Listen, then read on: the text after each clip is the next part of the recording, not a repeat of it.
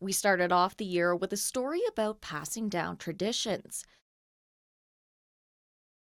Tlingit artist Joanne Williams showed us the art of bentwood box making at her home in Atlan near the BC-Yukon border.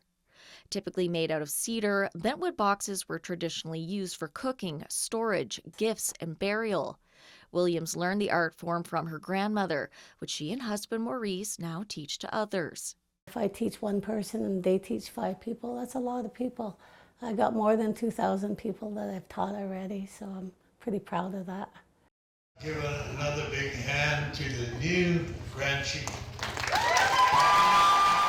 Fast forward to this summer at the Council of Yukon First Nations annual General Assembly near the community of Teslin, where a new Grand Chief was elected. After multiple rounds of voting and former Grand Chief Ed Schultz conceding, Mathia Alatini of the Klawani First Nation came out on top. I want to thank Ed for conceding and keeping goodwill within the tent, and really look forward to the next mandate of bringing people together. Alatini replaced former Grand Chief Peter Johnston after almost a decade in the role. This summer, we also learned what led up to the Eagle gold mine disaster. Located near the community of Mayo and north central Yukon, the mine experienced a heap leach failure in June 2024. The failure triggered a landslide, causing hundreds of millions of liters of cyanide-contaminated solution to spill into the surrounding environment. An independent review board released its report in July, finding multiple factors triggered the event, including inadequate management of the mine's ore quality. The heap was compromised by recklessness and lack safety culture at all stages. And that's how the catastrophic landslide was the result. The First Nation at the heart of the disaster, Nachonayakdun, says its traditional territory continues to be impacted by that contamination. July also marked the signing of U.S. President Donald Trump's so-called Big Beautiful Bill.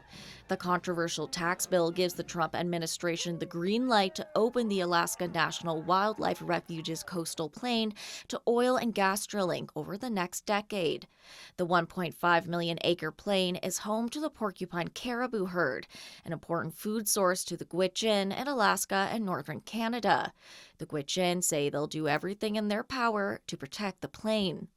That's the sacred place where life begins. No amount of money can justify what is taking place. It's high time that the Yukon updated its minerals regime into the 21st century.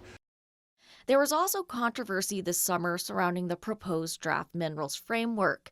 The Yukon Liberal government worked alongside First Nations to develop new minerals legislation, which will eventually replace the territory's current laws. But a handful of First Nations spoke out against it, arguing it doesn't go far enough to overhaul the Yukon's minerals regime.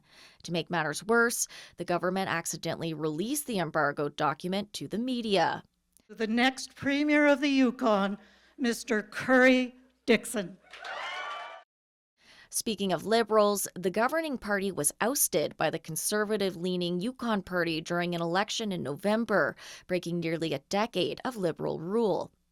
The Yukon Party won 14 of the territory's 21 seats, securing a majority government. Party leader Curry Dixon is the first premier born in the territory. What a night and what a result. Tonight, Yukoners chose to move on from the status quo. They chose a new path. They chose change. Near the end of the year, we brought you a story on what could be the biggest mine to ever operate in the territory. Western Copper and Gold's proposed casino mine in west central Yukon is the first to ever undergo a panel review, the most rigorous form of review in the territory.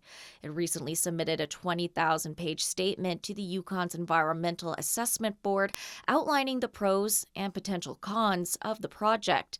But at least one impacted First Nation told us they're not convinced the project will benefit their community. There's the environmental and pressure that we're going to feel when the road opens.